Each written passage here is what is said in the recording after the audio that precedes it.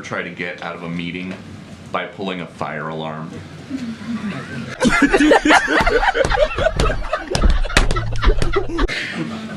Are you talking about something specifically?